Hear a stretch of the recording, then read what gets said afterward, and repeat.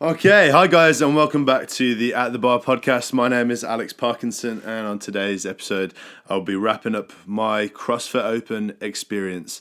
I'll be talking about how 18.5 was, the last workout, how it went, and then I'm going to give a brief little review of the whole experience, and we'll see where we go from there, really.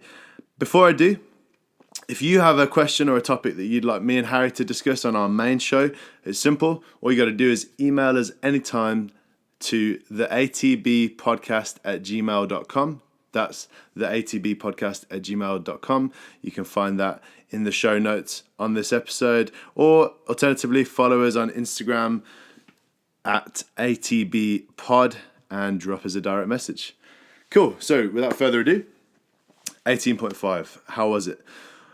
Oh, what was it? Okay, so 18.5 on Thursday, there was an announcement from Dave Castro, who is the creator of the CrossFit Games, and he basically said that we, as a community, the CrossFit community, and actually anyone, would be able to vote between three different workouts what we wanted to do for our last workout. These workouts were... I will get it up actually and just tell you exactly what they were. So these workouts were repeats of previous open workouts. The choices were as follows. So we could either redo 11.6, which was a 7-minute AMRAP, meaning as many reps or rounds as possible, of thrusters and chest to bar pull-ups. You started off, you did 3 thrusters, then 3 chest to bar pull-ups, and then you added 3 reps each round and see how far you went in that 7-minute time cap. The second option was a workout from 2013, 13.5, which was 15 thrusters and 15 chest to bar pull-ups, 3 rounds in a 4-minute window. If you completed all 4 rounds, you then got a further 4 minutes to see if you could do another 3 rounds, and sort of so on and so forth. Our last option was a repeat of a 2014 workout called 14.2. Similar principle, only this time you had to do 2 rounds of 10 overhead squats and 10 chest to bar pull-ups. So instead of the thrusters, obviously we had the overhead squats. You had to do 2 rounds of that within a 3-minute window. If you completed that, you got a further 3 minutes, and so on and so forth. Now, the CrossFit Games has a reputation for always putting thrusters in the final workout. A thruster, for those of you who don't know, is when you start with the bar in a front rack position, you perform a front squat, and then as you stand the front squat up, you extend both arms overhead with the bar, and then repeat the process, okay? And within the community, not a lot of people enjoy thrusters, but they're sort of a staple of the Open. So anyway, we got the chance to vote, and once those were released, we had 2 hours to put in our votes. I voted for, was it 11.7? So 11.6, which was the 7-minute AMRAP of thrusters and chest to bar pull-ups. Mainly because the overhead squats in 18.3 nearly broke me, as you all know. And fortunately, I got it. So that's what the workout was. So just to recap, 7 minutes, as many rounds as possible of chest to bar pull-ups and thrusters, adding 3 reps each round. Looking at it, I thought to myself, okay, like I can probably get to the round of 15. That would be an achievement. Chest to bar is a movement that I haven't really done a lot of, but I can do pull-ups, and I was just sort of feeling quite bullish about it, I suppose. So first attempt, I got 56 reps, which means that I got to the round of 12 chest to bar pull-ups. So I didn't make it to the round of 15. I was a little bit frustrated. I didn't feel like I'd maximised my potential. I didn't know if I'd get the chance to do a redo because I was away this weekend visiting a friend. So it was all a little bit up in the air, and it actually felt like quite an anticlimactic end to the Open. Obviously, this is something that I've been going through for the past 5 weeks, and I wanted more of a triumphant sort of finish. I knew this was a workout I should be able to do relatively well at, but I lost my head a little bit during the workout. I think I went out really quick, expecting that I'd be able to carry on and just sort of rep out, but actually the chest to bar in that first attempt really messed me up. So fortunately, on Monday, I managed to redo. Got 74 reps, which means that I nearly finished all of the thrusters in the round of 15. Way more gratifying a result for me. I was way more happy with that performance. And actually, I enjoyed the workout overall. I mean, the issue I had is that I couldn't string enough chest to bar together to probably get the right stimulus from the workout, but it was still, decent enough. And with the first attempt with the movement that I hadn't done an awful lot of the chest to bar, great. So, more data obviously has come out of that result. Managed to finish third within the CrossFit gym overall after everything was totaled up, behind Mitch, aka the King, and Rob. So managed to get on our little sort of internal podium, which is quite cool considering I think it was this week last year that I did my first ever CrossFit session. So I'm pretty happy with that. I mean, as you guys know who have listened to this, I did want more, but such is life sometimes, right? And I've got so much more data on my weaknesses now and what I need to work on.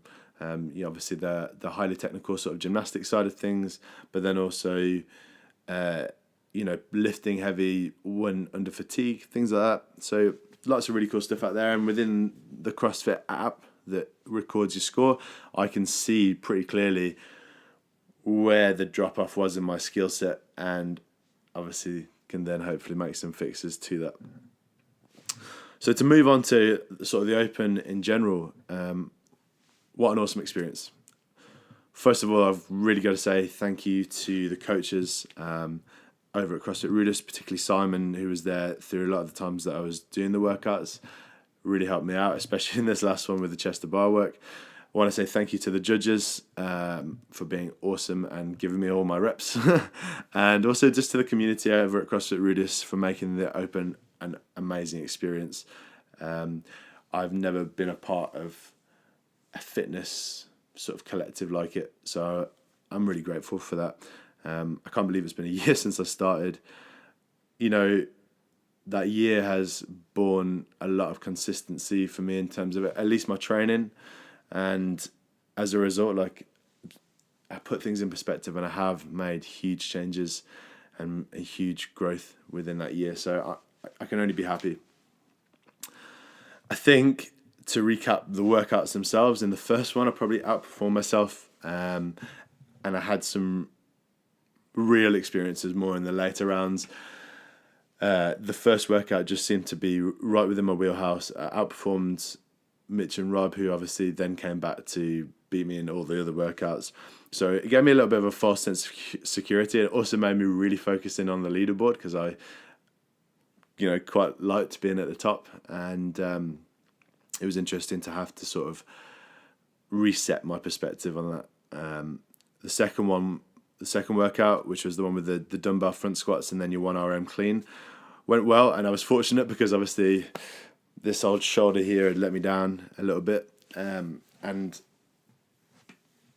the first part of that workout was awesome with the dumbbell squats and the burpees. I did really well comparatively, but the clean let me down. So again, going back to that whole thing about data, I need to work on my strength still. The third was my worst experience of the Open, and it changed my approach for the remaining ones.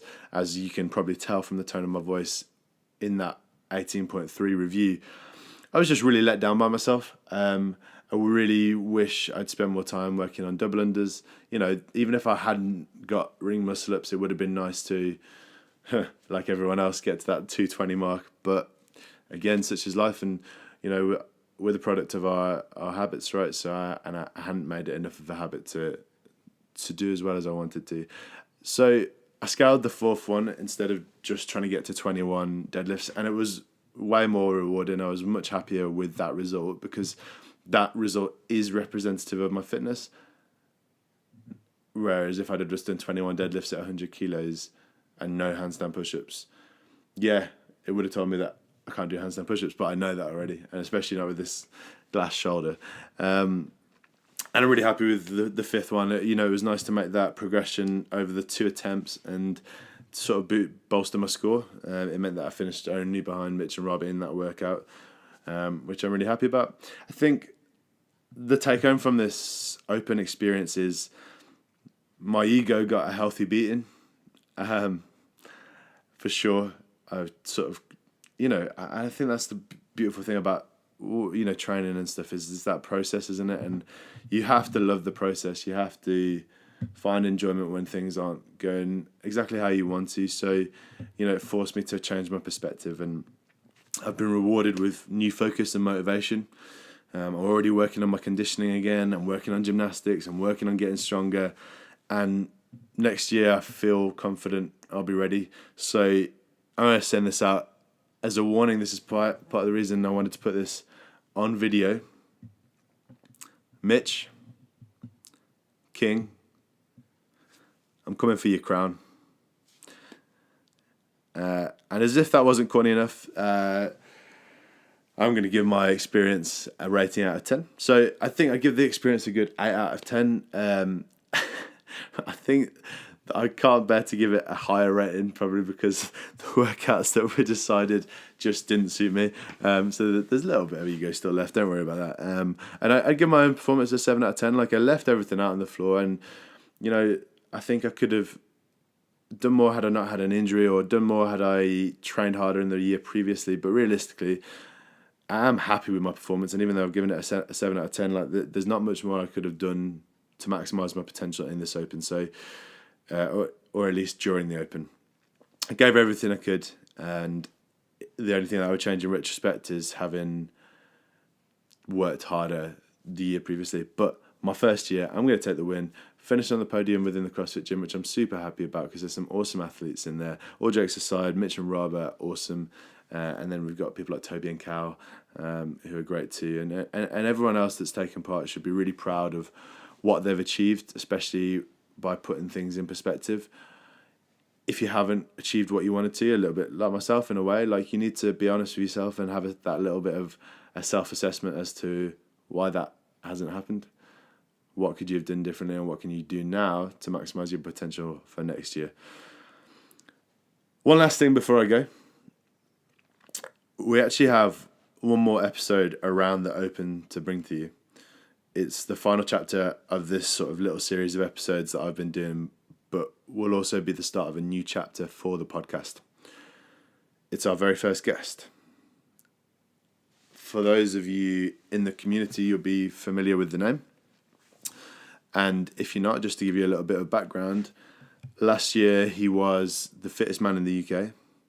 He has just repeated that feat again this year and has also finished second in Europe. He is the owner of CrossFit Wolverhampton. He is, of course, Mitch Adams, which we're super excited to get on. I'm going to be talking to him later in this week and discussing not only sort of his competitive accomplishments, but also how he uses CrossFit as a program for the general population. So stay tuned. And on that note about the guest, if you have a question for Mitch, get it into us. Email us. Remember, the atbpodcast@gmail.com. Slide into our DMs on Instagram and give us some questions that you'd like to hear Mitch respond to. That's it, really. On to the next year for myself. I hope you enjoy our interview with Mitch once it's out. It'll be out within the next couple of weeks. And whatever your fitness goals are, I hope that if you're part of the CrossFit community, this has sort of inspired you to take a look at where you're at and what you can do to, perform even better next year. And also, if you're not within the CrossFit community and you've just been listening to this because you're interested in my thoughts, I hope you've learned over the time about how you can adapt your mindset and outlook when things don't go your way.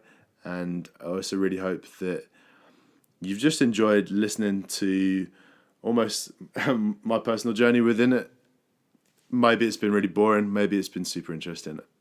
It's been a good way for me to journal it and to sort of get my thoughts and feelings out about it. So thanks to listening.